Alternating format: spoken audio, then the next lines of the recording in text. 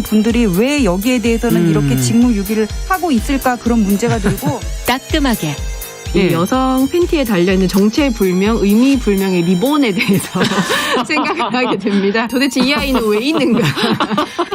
경쾌하게 정말 그런가요? 외신도 당황한 거죠. 이 사건을 보고. 도대체 한국에서 무슨 일이 벌어지고 있는 거냐. 이거 한국의 성보수주의 때문 아니냐. 할 말은 하면서 같이 고민해보겠습니다. 세상을 보는 따뜻한 시선 정용실의 뉴스 브런치. 정용실의 뉴스 브런치 듣고 계신 지금 시각 11시 31분입니다. 자, 다양한 분야에서 활동하는 여성들 금요일마다 만나고 있습니다. 초대석 시간이죠. 정세랑 작가의 소설 50피플에 이런 말이 나온다고 하네요. 세상에 존재하는 거의 모든 안전법들은 유가족이 만든 거야. 정말 생각해보니까 말이 맞는 말이고요.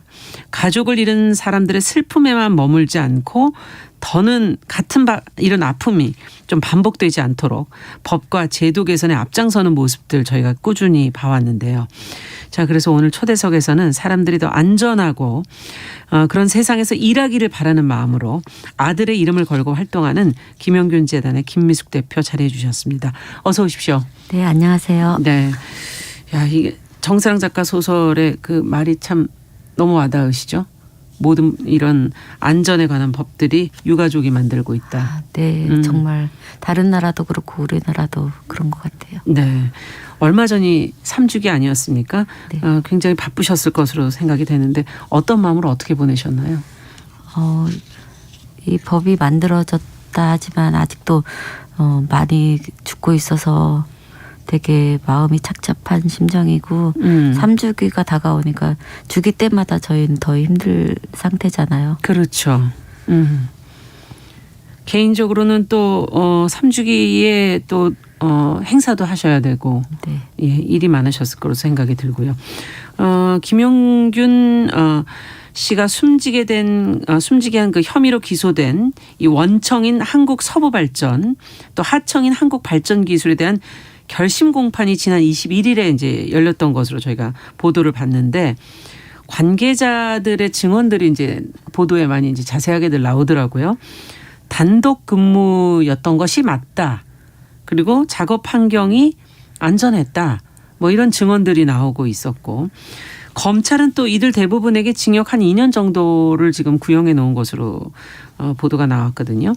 어떤 생각이 드셨습니까? 이런 보도 내용들을 보시면서.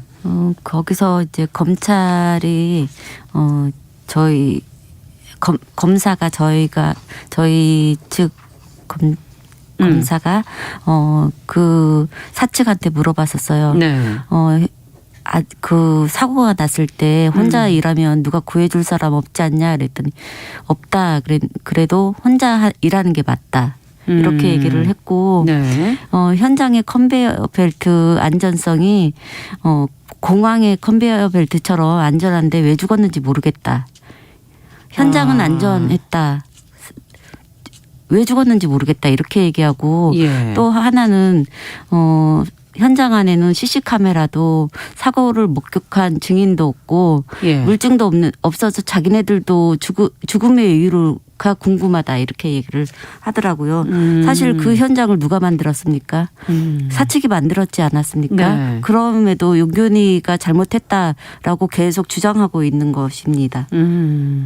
지금 증거가 될 만한 CCTV가 없는 상황이고 어떻게 발언하느냐 이 발언에 달려 있는 거라고 볼 수도 있겠군요. 그렇다면. 네, 거기 제가 3일 만에 그 현장을 들어갔는데 물청소로 다 없더라고요. 증거가 없어지고 예. 저희는 무슨 사고가 나면 폴리스 라인 기본적으로 쳐져 있을 거고 현장은 보존될 거라고 그렇게 기대하고 믿었는데. 가잖아요. 네네. 근데 회사 안에서는 그게 없더라고요. 그냥. 일반 사고와 또 다른 산재의 경우는 이런 문제도 있을 수 있는 거군요. 거의 다가 그래요. 거의 다가.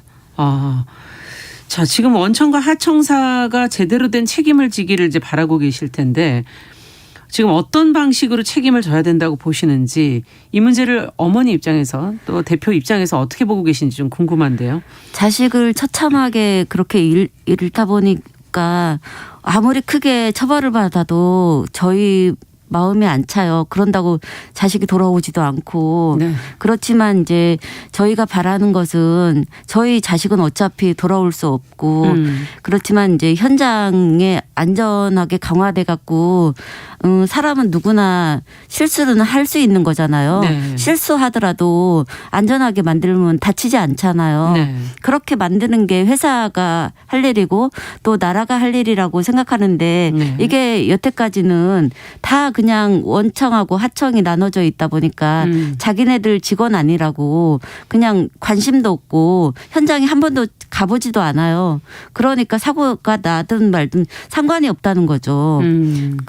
그러다 보니까 원하청이 다 안전에 그냥 방치하게 되게끔 되어 있고. 네, 구조가. 네네. 네. 그런 구조가 너무 잘못되어 있다는 거죠. 그래서 원청, 하청 저는 이런 거 나눠져서 구분이 이렇게 하는 중요한 거는 게 아니고. 네네. 네. 안전을 강화될 수 없다고 생각해요.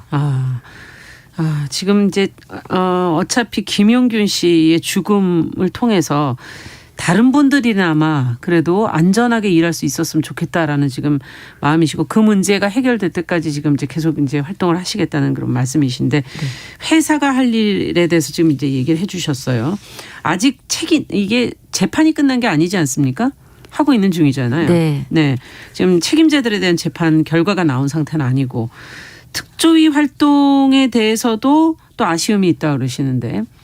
네, 특조위가 지금 이제 끝났어요. 네. 근데 이제 대개 조사가 우리 측 사람들도 전문가들도 들어가서 제대로 조사를 했거든요. 예. 근데 이제 22개 공고안이 나왔는데도 이게 이제 정부가 발표하는 게 그냥 문제풀도 그냥 잘 했다 안 했다 이렇게 그냥 하지 디테일하게 점검을 하지 않은 상태예요. 네. 그렇게 그냥 그리고서 활동은 끝나고. 예. 그런 부분에서 진짜 이 합의할 때는 이거 특조위 공고안을 이행하겠다 이렇게 네네. 얘기를 했음에도 불구하고 그렇게 그냥 얼렁뚱땅 넘어가려고 하는 그런 정부의 태도가 진짜 잘못됐다고 생각해요. 네. 그 22개 권고안 중에서 저희가 들여다봐야 할 내용들이 또 따로 있습니까? 그거는 차차 좀 더 얘기를 해볼까요? 네. 예. 자, 그렇다면 아직 그래도 중대재해기업처벌법이 지금 제정되는 등 뭐 산업안전 부분에 있어서는 어쨌든 의미 있는 논의가 있었던 한 해다 이렇게 평가들을 하는데요. 아쉬운 점을 꼽으신다면? 중대재해처벌법 안에 50인 미만 사업장이 3년 유예되고 5인 미만은 아예 제외됐거든요. 그렇죠. 작년 대비 올해가 산업재해가 더 많이 일어났다고 보고가 나오고 있는데 네. 그 이유는 여기가 사고율이 50인 미만이 사고율이 80%예요. 네. 우리나라 산재율이. 네. 그렇게 많은데도 이렇게 유예가 되고 빠져나가게 되니까 이걸 죽음을 못 막는 거예요, 사실. 저는 그 법 통과되고 그때 알았어요. 그래서 계속 이 죽음을 봐야 되나 너무 원통했죠. 네. 그 내용을 미리 모르고 계시다가 중대재해처벌법이 통과되고 난 이후에 50인 이상 기업이 빠졌다는 거를 알게 되신 거군요. 50인 미만. 전체 회의할 때 네. 그때 이제 저희가 유족이 들어가서 이거를 확인했거든요. 그러면서 이제 법 통과돼도 이게 너무 실효성이 없다 그렇게 생각했는데 이거라도 그래도 우리나라에 들어올 수 있는 게 진짜 힘든 법이잖아요. 그렇죠. 그래서 이거라도 그냥 일단은 만들고 시행령 때 다시 한번 손볼 수 있다고 그렇게 정치인들이 얘기를 해서 예. 그때 한번 더 제대로 해야 되겠다 이런 생각했는데 시행령 하면서 더 후퇴된 법안이 나왔죠. 그렇군요. 자, 이제 어쨌든 이렇게 불만족스럽지만 중대재해처벌법이 이제 새해 1월부터 이제 시행을 앞두고 있고 요즘에는 또 채용이 워낙 어렵다 보니까 잠깐만요. 네. 저희가 또 중대재해처벌법에 진짜 핵심적으로 넣고 싶은 게 그 인과관계 추정 조항이거든요. 이건 좀 설명을 해 주십시오. 저희가 이제 유족으로서 갑자기 이렇게 큰 아픔을 당하게 되는데 이 아픔만 감내하는 것도 너무 힘든 상황에서 유족들이 사고 조사를 해야 된다는 거예요. 우리가 일반적으로 생각하는 거는 경찰이나 그렇죠. 검찰이나 이런 데서 나서서 사고 조사를 제대로 해줄 거라고 생각하는데 회사 안에서만큼은 이게 다 없는 거예요. 그냥 여태까지 사고들이 다 본인들의 실수로 죽었다고 판가름이 났기 때문에 회사가 네. 그렇게 주장하니까 예. 거기서도 이제 그렇게 받아안고 그냥 처리가 되었기 때문에 이 산업재해가 계속 이어지는 일어났던 거다. 거거든요. 수십 사고 년 동안. 조사가 그러면 이번에도 안 됐다는 얘기입니까? 김용균 씨 사례로도 얘기를 좀 해보죠. 저희는 이제 특조위가 구성되면서 그러면서 이제 전문가들이 들어가서 사고 조사를 제대로 거고. 했거든요. 네. 그러면서 이제 제대로 드러난 거죠. 예, 다른 경우는 사고 조사가 거의 저 같은 경우에는 특별 케이스예요. 거의다가 그냥 거대한 산 앞에서 유족들은 무너지는 거죠. 네. 앞서 얘기해 주신 것처럼 그런 걸 증거를 가지고 있는 건 회사 측이고 그러면은 사고를 증명해야 되는 인과관계를 증명해야 되는 거는 유족 측이고. 예. 근데 회사에서 모든 것을 다 통제할 수 있는 상황이기 때문에 네. 접근이 쉽지 않다. 일단은 그렇게 볼 수 있는 거군요. 네, 회사가 모든 물증을 다 가지고 있어요. 증거 인멸도 다 해버린 상태에서 그리고 아까도 말했지만 시시나 2인 1조는 우리가 할 수 있는 거 아니잖아요. 네. 그 사람들이 현장을 그렇게 안 되도록 증거 조사를 못 하도록 만들어 놓고 자기네들이 발뺌하는 상황은 이해가 안 되는 거죠. 네. 인과관계 추정 조항을 좀 넣어야 한다라고 네. 얘기했는데 이것도 마찬가지로 이번에 그럼 안 들어간 겁니까? 네. 네. 시행령에서도 이거는 보완되지 않았습니까? 전혀 아예 삭제를 빼버렸어요, 그냥. 아예 빼버렸다. 네. 자, 지금 최근에 아드님 추모 주간에 특히 비정규직 문제를 좀 중요하게 언급하시는 걸 저희가 이제 내용을 통해서 보게 됐는데 비정규직이었다는 이유만으로 당연히 이제 얘기할 만은 하지만 이걸 해결하지 않으면 안 되는 이유가 더 있는지 좀 듣고 싶습니다. 용균이 같은 경우에는 비정규직이었잖아요. 네. 근데 28번이나 그 시정 요구를 했어요, 동료들이. 근데 그 현장이 원청이 받아주지 않으니까. 시정 요구를. 예. 그러니까 이제 여기서는 용균이가 피켓을 든 이유가 되는 거죠. 네. 위험하다. 좀 바꿔달라. 그랬는데도 그러다가 이제 목숨을 잃은 거잖아요. 네. 용균이 같은 경우에는 월급도 반을 착취를 당했어요. 하청이 생기면서 원청에서는 520만 원을 내려줬는데 네. 용균이는 220만 원을 받았거든요. 반 이상을 착취를 당했는데 아직도 그게 시정되지 않았어요. 원래 합의할 때 바로 시정하겠다 이렇게 했었거든요. 회사 근데 측에서. 네, 지금 네. 3년이 지났는데도 아직 그게 해결되지 않았고 저희가 이제 용균이 동료들이 비정규직이니까 이렇게 위험한 데서 일할 수밖에 없는 거잖아요. 결과적으로. 네. 예. 그러니까 이제 정규직화 해달라 이랬는데도 지금도 이거 정부에서 해결하겠다 이렇게 했는데도 아직도 안 되고 있는 상황이죠. 네. 지금 여기저기 정부나 사측이 약속을 하겠거나 해결을 하겠다고 했던 것들이 지금 다 하나도 시행이 되지 않았다라는 말씀을 지금 해 주셨고요. 대선이 이제 또 얼마 남지 않았습니다. 지금 이런 상황에서 노동 문제가 많이 언급이 되고 있지 않아서 그런 부분에 대한 지적들도 나오고 있는데 어떤 아쉬움이 있으신지 이 안에서 무엇을 해결해야 한다고 보시는지 제안하고 싶은 걸 말씀을 좀 해 주시죠. 저는 지금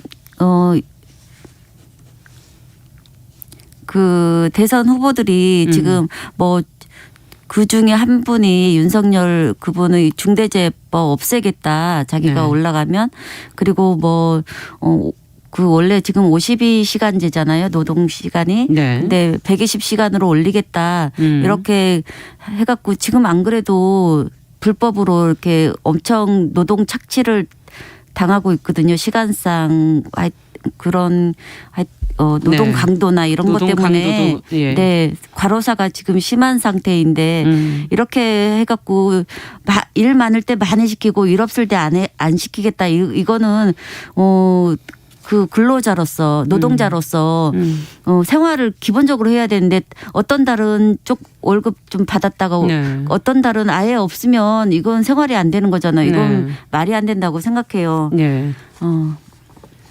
어떤 제도들이 더 마련이 돼야 된다고 생각하십니까? 저는 이제 노동자들이 이렇게 비정규직, 정규직이 이렇게 나눠지지 않고 똑같은 동일 노동을 노동이면 했을 때. 동일 임금 네. 받고 예. 더 힘든 일이면 더 많이 받고 이렇게 되었으면 좋겠어요. 그리고 이렇게 위험한 현장이 아닌 네. 회사가 안전을 책임지고 나라가 보조를 해주고 이렇게 되면 우리나라도 외국처럼 법을 만들어서 현저하게 죽음을 막았다고 하는데 네. 그렇게 되었으면 좋겠습니다. 네. 산업재해로 사망하는 그 숫자가 정말 해마다 계속 늘고 있고 뭐 줄지 않는 그런 상황인 것은 현실이기 때문에 어머니께서 더욱더 그런 느낌을 갖고 지금 얘기를 해 주시고 제안을 지금 해 주셨어요. 몇 가지를. 좀 대선 후보들께서도 좀 귀담아 들어주셨으면 좋겠고 김용균 재단이 지금 설립된 지 지금 2년이 조금 지났습니다. 재단 출범 당시 사람을 그냥 기리려고 이거 재단 만든 거 아니다. 이렇게 말씀하신 게 기억이 나는데 재단이 지금까지 해온 활동, 재단의 존재 의미 어디 있다고 보십니까? 저는 이제 용균이가 비정규직이다 그렇게 사라졌잖아요. 네.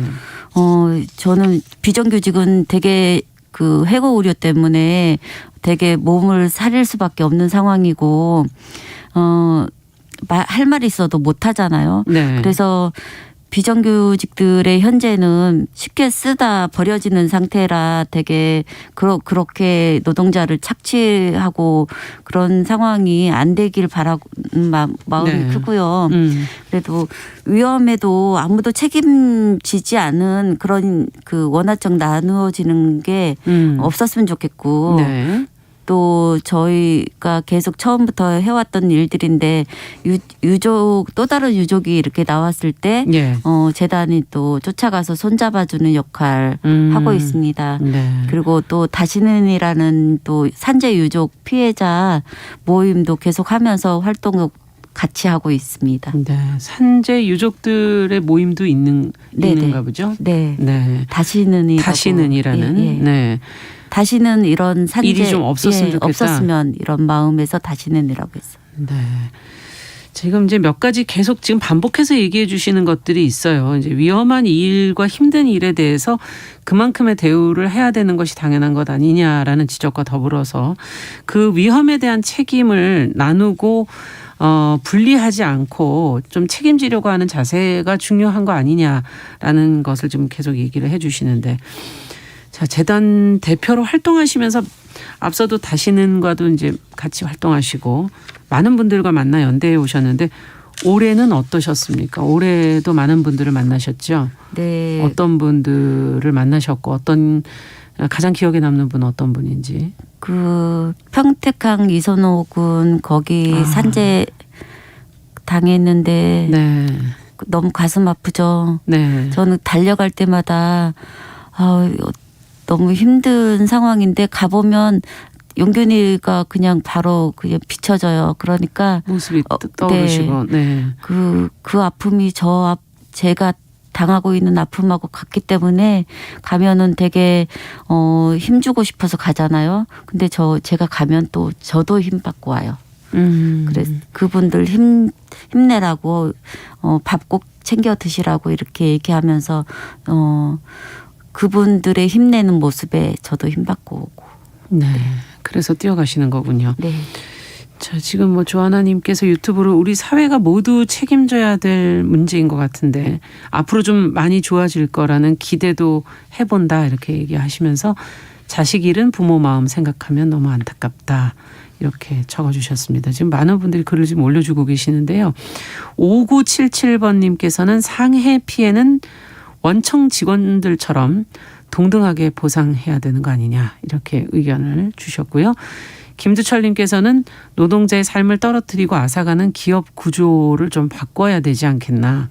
정치인들이 사건이 나면 이것을 계속 뭔가 해결할 것처럼 하지만 도대체 바뀌는 게 뭔지 느낄 수 없는 현실이다. 이런 의견도 지금 주셨습니다.